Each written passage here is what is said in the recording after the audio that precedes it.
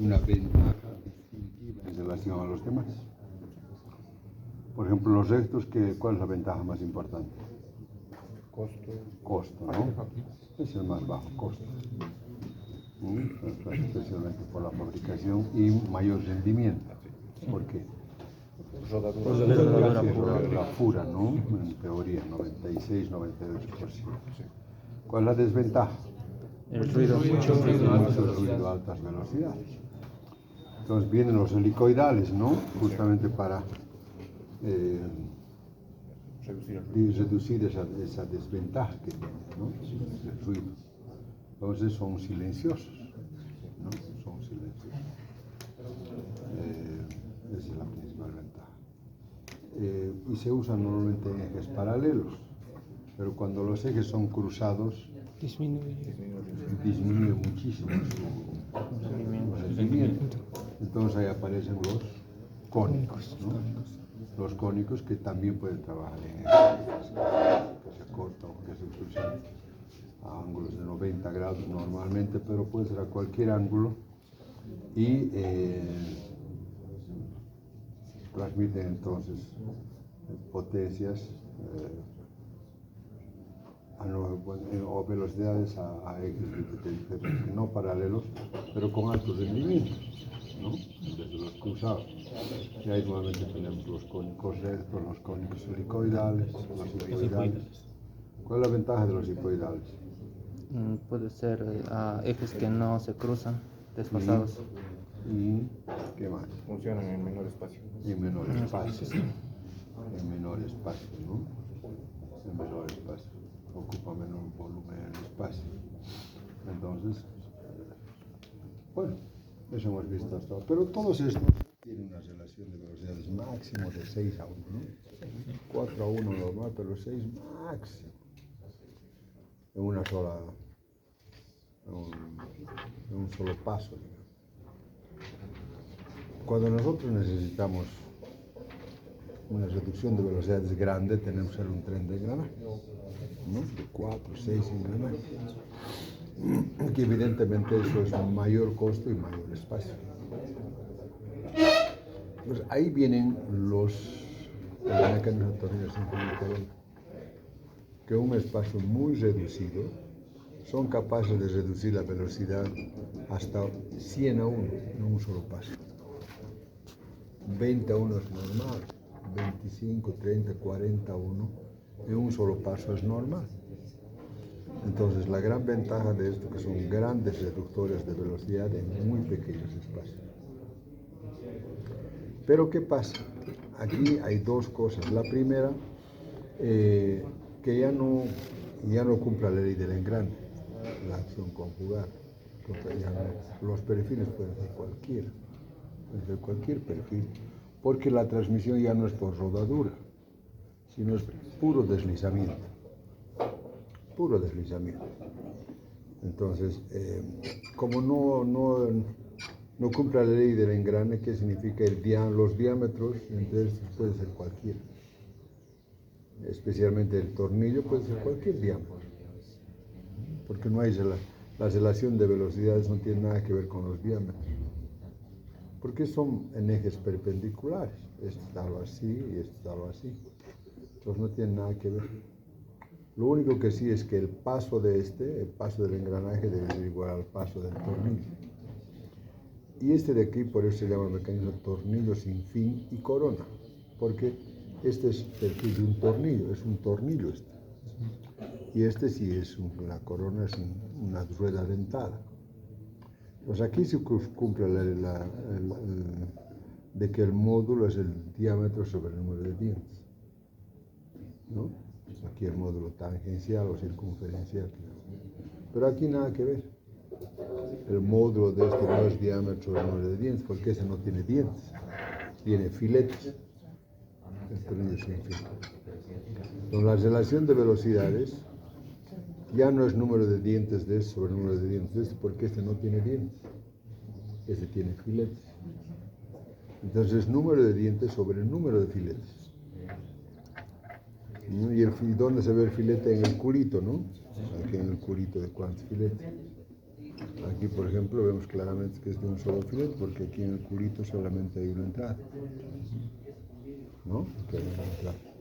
Y contamos el número de tornillos que tiene 32 dientes, creo, o sería 32-1, en un solo paso. ¿Está claro? Entonces es un gran reductor de velocidad. ¿Cuál es el problema? Que el rendimiento es muy bajo, del 40 al 60%.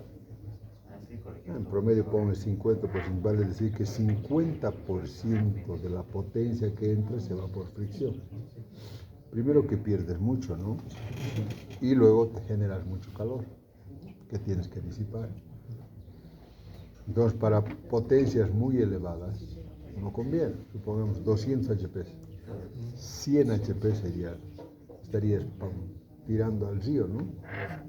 Tienes que pagar por el consumo de 100 HP mensuales de lo que está yendo en calor. Y luego tienes que tener una capacidad de enfriamiento de esos 100 HP que está generando calor.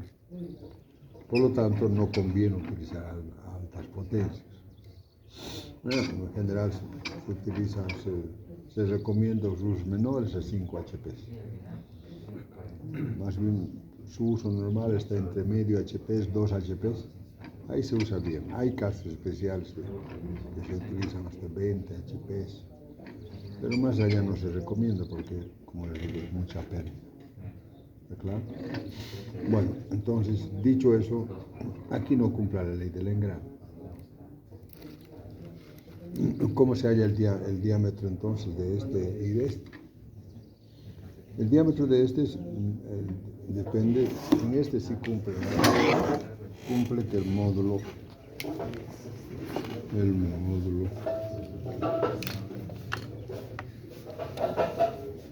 aquí vamos a ver el módulo circunferencial, ¿no? Sí. ¿No? Este módulo circunferencial va a ser el diámetro sobre el número de dientes, de la corona, ¿no?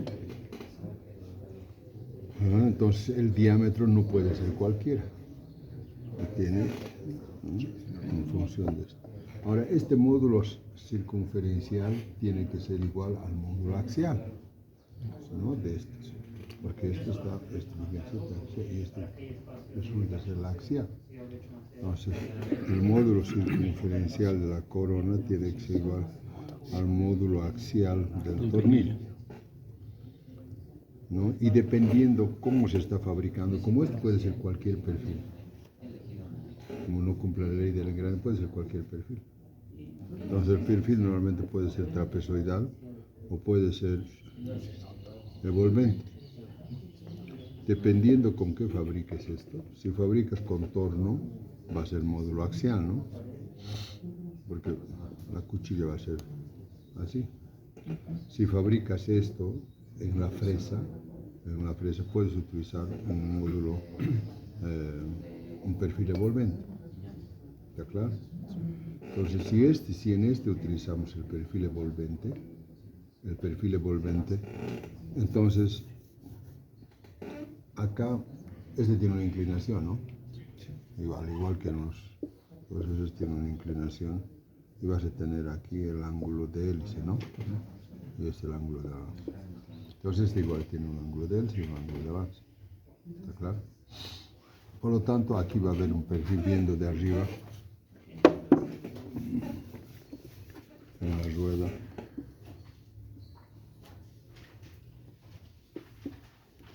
Vas a tener así, ¿no? Este de aquí va a ser el paso circunferencial, ¿no? Y este de aquí va a ser el paso normal. ¿De acuerdo?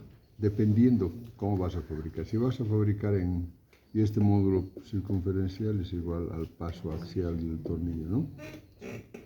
Entonces, si vas a fabricar en torno y vas a fabricar con un perfil trapezoidal, entonces, ¿qué vas a normalizar? El módulo axial, ¿no? Porque tú puedes seleccionar en el torno el paso axial, o lo que es lo mismo el módulo axial. ¿Está claro o no? Entonces, si normalizas, puedes normalizar el paso axial o paso circunferencial, y en función de eso el módulo axial o el módulo circunferencial. Pero si vas a fabricar con fresa y tú tienes que elegir la fresa, tienes que elegir en función de qué? Del paso normal, módulo normal. Este módulo normal sí tiene que ser igual para ambos, ¿no? El módulo normal del tornillo tiene que ser igual al módulo normal del tornillo. ¿Está claro? Entonces, dependiendo que fabricamos, cómo fabricamos, hay que dimensionar, hay que normalizar o el módulo circunferencial o el módulo normal. Entonces decíamos, en función de eso, teniendo ya el módulo circunferencial de la corona, ¿no? Y teniendo el número de dientes, de aquí podemos hallar el diámetro primitivo de la corona, que sería el módulo circunferencial por z, ¿no? Entonces el diámetro de la corona no puede ser cualquiera. ¿Está claro? Ahora, ¿por qué no cumple la ley del engrane? Porque son dos cosas diferentes, ¿no? Uno está girando así, y el otro está girando así, aquí el tornillo. Entonces, uno gira aquí y el otro gira hacia adentro, o sea, en planos de 90 grados. O sea, la relación de velocidades aquí nada que ver, ¿no? La velocidad tangencial, esta sería la velocidad tangencial y esta sería la velocidad del tornillo. Esto, aquí nada que ver, la velocidad tangencial de la rueda no tiene por qué ser igual a la velocidad tangencial del tornillo. Entonces, si no cumple esto, no cumple la ley del engrane, ¿no? Porque esto que significa W1 por D1 es W2 por D2, ¿no? Sí. De aquí es que la relación de velocidad W1 sobre W2 era igual a D2 sobre D1, ¿no? Pero como esto es distinto, entonces no, la relación de velocidad no tiene nada que ver con los diámetros.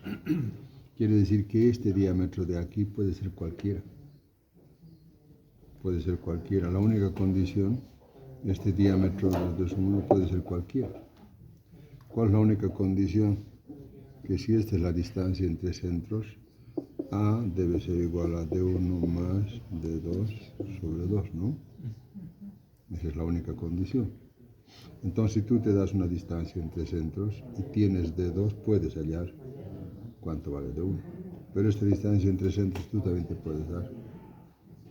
Por lo tanto, las soluciones en tornillos sin fin para una potencia dada y una velocidad puede ser n, porque tú puedes ir variando la distancia entre centros como quieras. ¿Está claro? Sí. Bueno, entonces empíricamente estos datos de la distancia entre centros y del diámetro del tornillo, empíricamente te dicen, te aconsejan entre qué rangos debería estar. ¿Está? Pero no es exacto, porque eso es aproximado. ¿De acuerdo?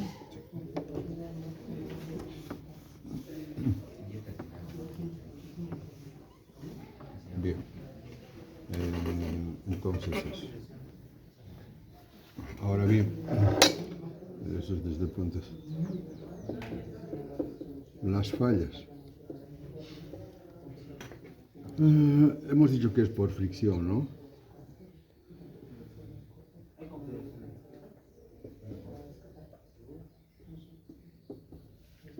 Es por fricción, este es así y este está así, ¿no?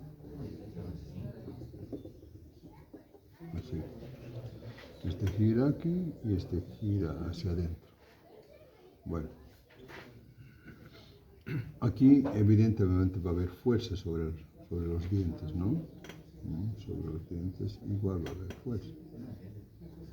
Aquí hay una fuerza, entonces esta fuerza va a haber fuerza radial, ahora fuerza radial, fuerza tangencial, fuerza radial y va a haber una fuerza axial. Una fuerza axial que sería así, ¿no? Entonces, aquí hay tres fuerzas, hay fuerza radial, aquí va a haber una fuerza radial, una fuerza tangencial y una fuerza axial.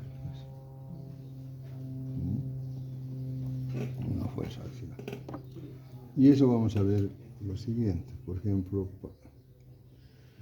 si esta va a ser la fuerza tangencial de la corona, ¿esa que se va a convertir? en la fuerza axial del tornillo, ¿no? ¿Está claro? Y la fuerza tangencial del tornillo, ¿en qué se va a convertir?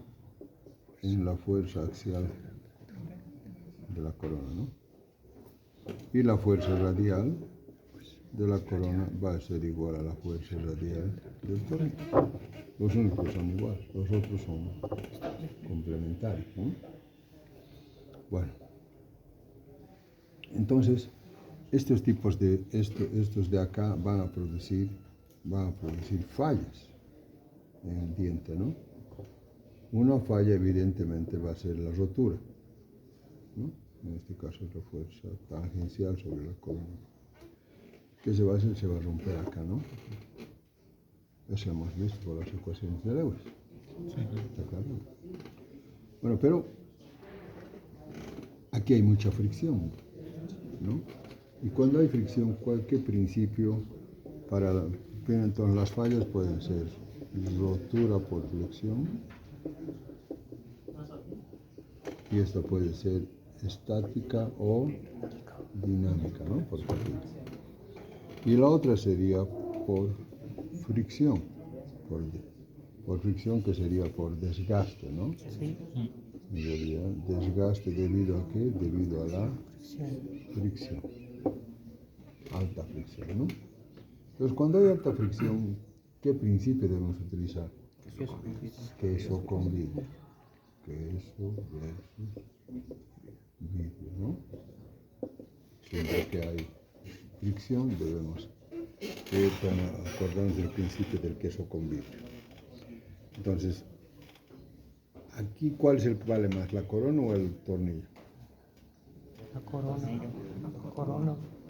Ambos cuestan lo mismo. Ambos valen lo mismo. Es muy difícil fabricar ambos, ¿no? Pero tenemos que de todas formas utilizar el principio de queso con vidrio, porque hemos visto en Elementos 1 que el peor escenario, ¿cuál es? Queso con queso, ¿no? Sí, queso con queso. Es el peor, se deshacen los dos. Vidrio con vidrio funciona, Solo uno. pero no sabemos cuál lo vaya. Entonces tiene que ser queso con vidrio. Y el queso con vidrio lo decidíamos en función del costo de cada uno, ¿no? Por ejemplo, entre un cigüeñal y su apoyo y el cojinete, era mejor que sea el cojinete, el queso, ¿no? Bueno, pero aquí ambos cuestan lo mismo. Entonces, ¿cómo analizamos el queso con vidrio? Analizamos así las veces en contacto.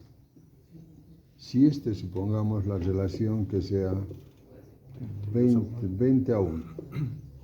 ¿Qué quiere decir? Si en 100 a 1 es 1000, aquí N2, ¿cuánto es? 50, ¿no? ¿Está claro? 50 RP. Entonces, esta es la zona de fricción. ¿Cuál entra más veces en la zona de fricción? ¿El tornillo o la corona? El tornillo. El tornillo. Si ambos fueran queso, ¿cuál se hace miércoles primero? ¿El tornillo o la corona? El tornillo. El tornillo, ¿no? Porque entra más veces.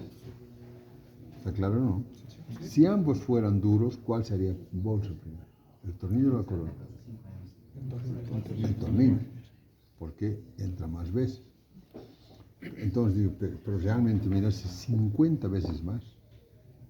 ¿Qué quiere decir?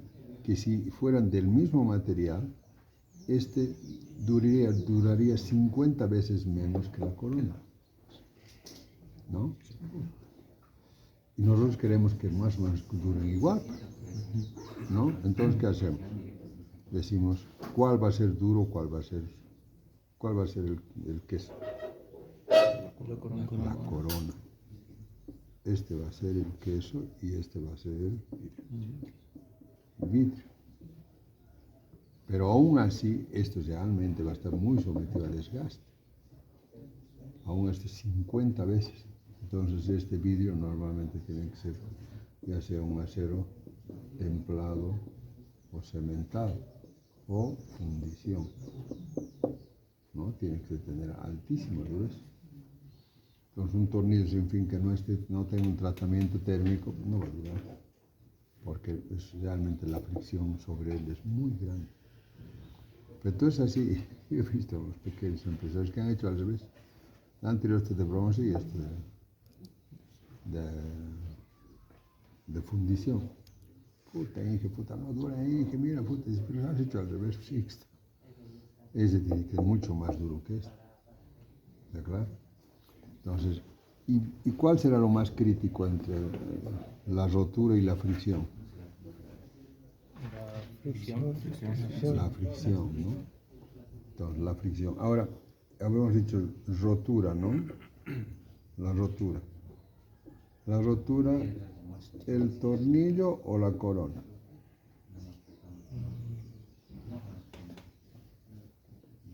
¿Cuál va a fallar? Lo más probable. ¿El tornillo o la corona? La corona. ¿Por qué la corona? Porque está hecho de queso. El queso. Y si es el queso, su resistencia es mucho, mucho menor.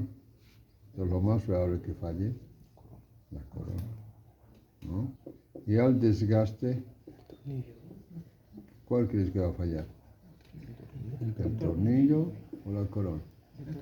Lo más probable es que falle el tornillo. Lo más probable. Pero como la corona también es blanda, podría fallar. Pero lo más probable es que falle esto. ¿Está? Entonces, para la rotura y el desgaste, en los anteriores casos era más rotura, ¿no?, que desgaste. Poco era el desgaste. Poco. Aquí no. Aquí el desgaste es muy grande. Aquí. Entonces, hay que ser, para el desgaste hay que ver tanto en el tornillo como en la corona. Y para la rotura principalmente en la corona porque es el que menos resistencia tiene. ¿Está?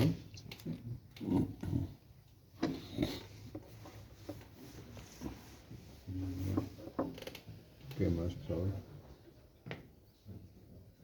Creo que eso es lo más importante. Rendimiento depende del ángulo de presión, ¿no?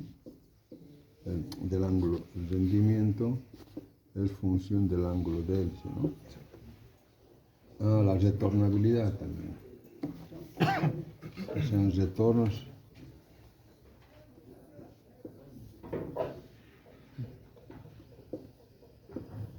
Esta es normalmente la entrada, ¿no? N1. Y esto es N2. ¿Está claro? Si decimos 20:1, esto es un reductor. Cuando I es mayor que 1, es reductor. Cuando I es menor que 1, es un incrementador. Si digo 20:1, significa que si aquí está entrando 1000, aquí va a salir 50. ¿Está claro? Ahora, ¿qué significa reversible e irreversible? Reversible. Reversible significa que yo desde aquí puedo hacer girar esto. Es decir, que puede ser tanto reductor como incrementador. ¿Está claro? En ambos sentidos.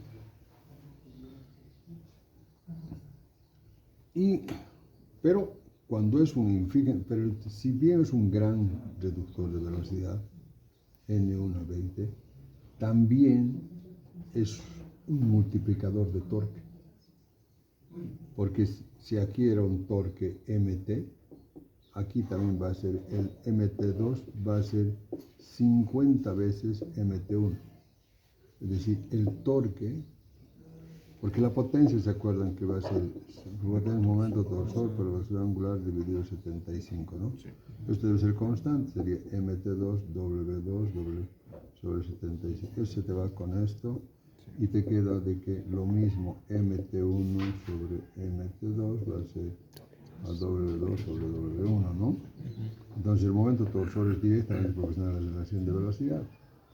Si aquí en 50 veces se ha reducido la velocidad, 50 veces ha aumentado el torque. Pues quiere decir que si tú desde aquí quieres hacer girar a este, tienes que dar 50 veces hay que se te vuelve duro. ¿Está claro o no? Se te vuelve duro. Bueno, pero todavía puedes hacer volver y eso se llama reversible. ¿Qué quiere decir? Que desde aquí puedes hacer girar el tornillo. Pero irreversible es que no hay forma. Irreversible, ¿qué quiere decir? Que no hay forma que desde aquí tú puedas hacer girar esto. ¿Y eso cómo se hace? Esto se hace en función del ángulo.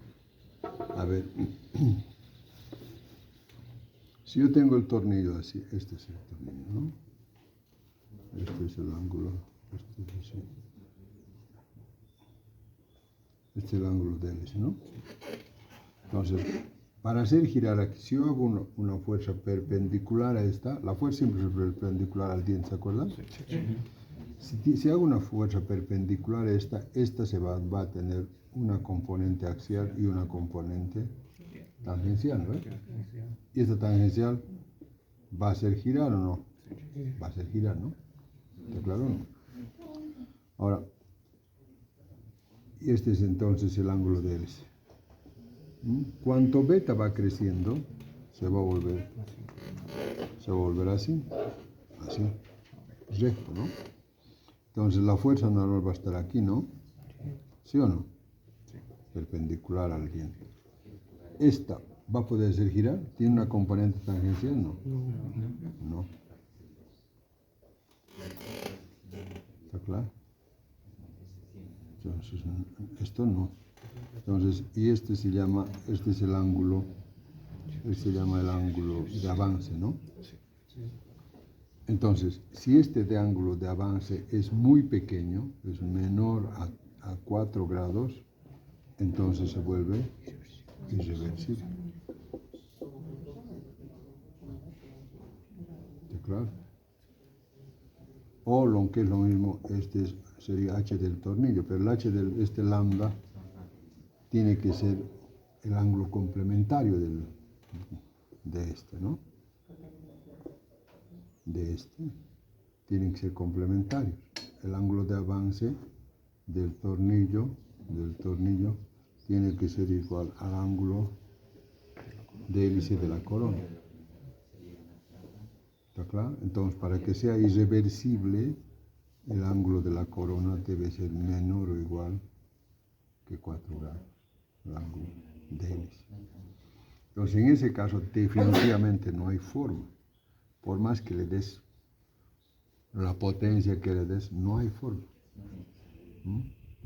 Entonces, ¿tú cuándo puedes utilizar, por ejemplo, como elemento de seguridad? No sé, para subir un montacargas, de tal manera que si se rompe la cuerda no se pueda caer porque no va a poder hacer girar esto. Antes va a ocurrir un desastre antes de que esto haga girar al tornillo. ¿Está claro? Entonces la irreversibilidad quiere decir que desde aquí, este debe ser irreversible. Hagas lo que hagas, no haces girar. Intenten hacer girar, no haces girar. Por nada, porque el ángulo no hay forma. Es irreversible porque el ángulo de la hélice es demasiado bajo, no está, pareciera que fuera casi un ángulo.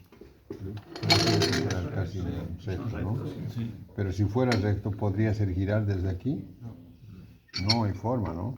Si esto está así, por más que gire esto, ¿qué le va a empujar? ¿Entiende, no? Sí. No podría ser, pero gira. ¿No? ¿Qué significa? Que tiene un ángulo, solo que el ángulo es muy pequeño, por lo tanto, esto es irreversible. Ustedes van a fabricar esto, un grupo tiene que ser reversible y el otro es reversible. ¿De acuerdo? Tú vas a ser reversible. Tú vas a ser irreversible. Y tienen que entregarme así como está, así armado, por grupos. ¿De acuerdo? Entonces, eso es. Así sería.